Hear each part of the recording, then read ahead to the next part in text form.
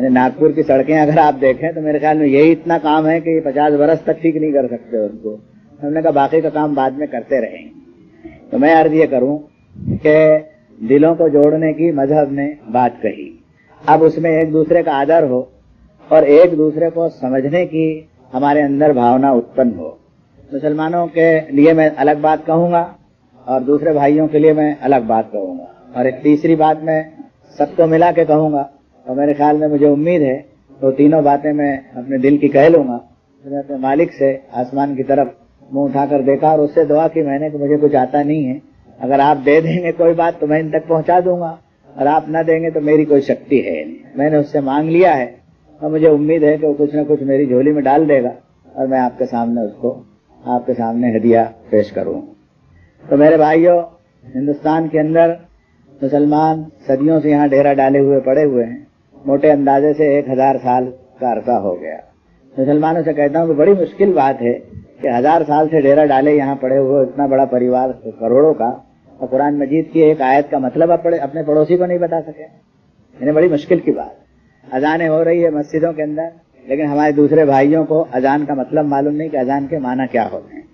سچی اور ایمانداری کی بات یہ ہے کہ ہمارے دوسرے بھائیوں کے دل میں, ہمارے دوسرے بھائیوں کی آنکھوں میں اور مستشک میں اور ان کے دماغ میں مسلمانوں کی تصویر صحیح نہیں ہے, تصویر برابر نہیں. اسی طریقے سے ہندوؤں کی تصویر بھی مسلمانوں کے دماغ میں صحیح نہیں, وہ بھی تصویر برابر نہیں. اس کی وجہ سے کیا ہوتا کہ آپ کے بارے میں میرے من میں اگر کلپنا ایسی ہے جس میں گھرنا ہے اور دشمنی ہے تو میرا آپ کا جوڑ نہیں جمے, لیکن میرے دل میں اگر محبت ہوگی تو میرا اور آپ کا جوڑ آسانی سے جم جائے. میں وشو وکھیات مولانا علی میاں ندوی صاحب, جن کا نام آپ نے سنا ہوگا, کہ بہت ہی بڑی ان کا آکرشک ویکتو ہے اور بڑے عربی کے لیکھک ہیں. عرب سنسار کے اندر ایک عرب ان کی کتابیں پڑھتا ہے اور ڈگری حاصل کرتا ہے. یہ بھارت کی ایک گریما ہے, اونچائی ہے کہ ہندوستان کے سپوت نے عربوں کے کورس کی کتابیں لکھی جو ان کی یونیورسٹیوں کے اندر پڑھائی جاتی ہو, تو یہ بھارت کی کتنی بڑی اونچائی ہے, یعنی کتنا بڑا گورو اس کو ہونا چاہیے. تو وہ میرے استاد ہیں. اورنگ آباد کے سفر پر ہم تھے. میں بالکل ایک سچی بات آپ کے سامنے رکھتا ہوں.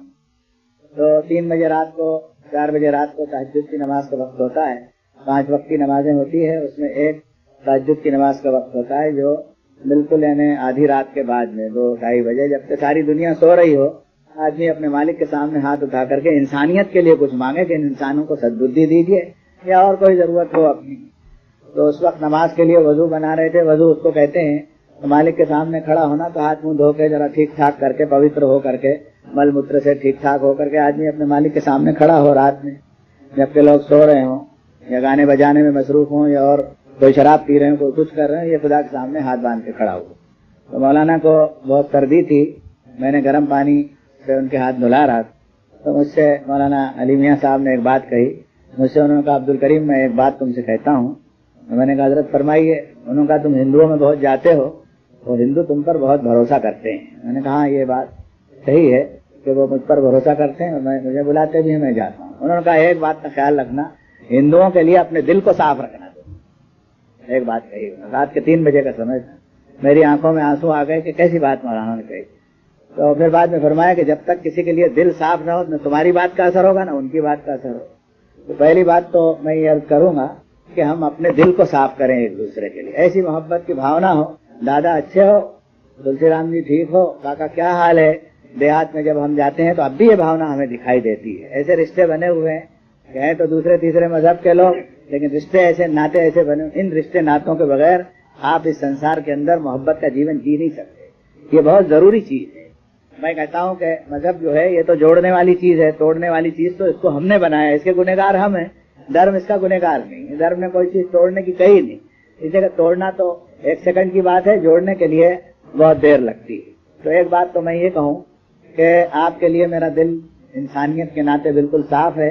جب تک میرا من صاف نہ ہوگا تو میری کوئی بات آپ کے دل پر اثر نہیں کر سکتی. دوسری بات میں یہ کہنا چاہوں, جو جن کا اشارہ میں نے مسلمان بھائیوں کی طرف کیا, کہ اسلام کی جو مٹھاس ہے, اسلام کے اندر جو ایکولیٹی ہے, اسلام کے اندر جو خدمت کی بھاونا ہے, زکوٰۃ ہے, روزہ ہے, اسلام میں عیدین کا جو عید کی نمازوں کا تصور ہے, خیرات کا تصور ہے, بیماروں کی خدمت کی جو کلپنا ہے, شادی بیاہ میں کسی شخص کوئی غریب آدمی ہے تو اس کی مدد کر دینا ہے, کسی ودھوا کے سر دوپٹہ نہیں ہے تو اس کو دوپٹہ پہنا دیا,